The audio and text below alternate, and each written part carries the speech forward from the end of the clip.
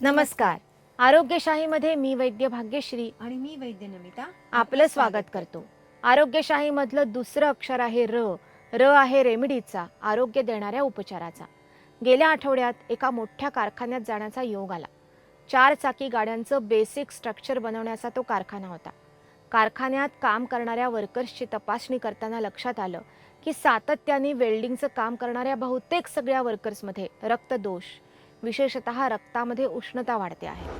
कारण काही जणांना हर्पीस झाल्याची हिस्ट्री होती, काही जणांना अंगावर खाज येत होती, काही जणांना चेहरा काळवंडला होता, तर काही जणांना डोकं दुखण्याचा त्रास होता.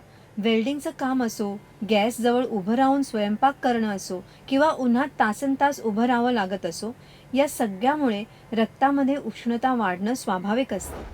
आजची आपली रेमेडी रक्तात वाढलेली उष्णता कमी करणारी आहे, पण मुख्य म्हणजे अगदी साधी आणि घरच्या घरी कोणालाही करता येण्याजोगी आहे.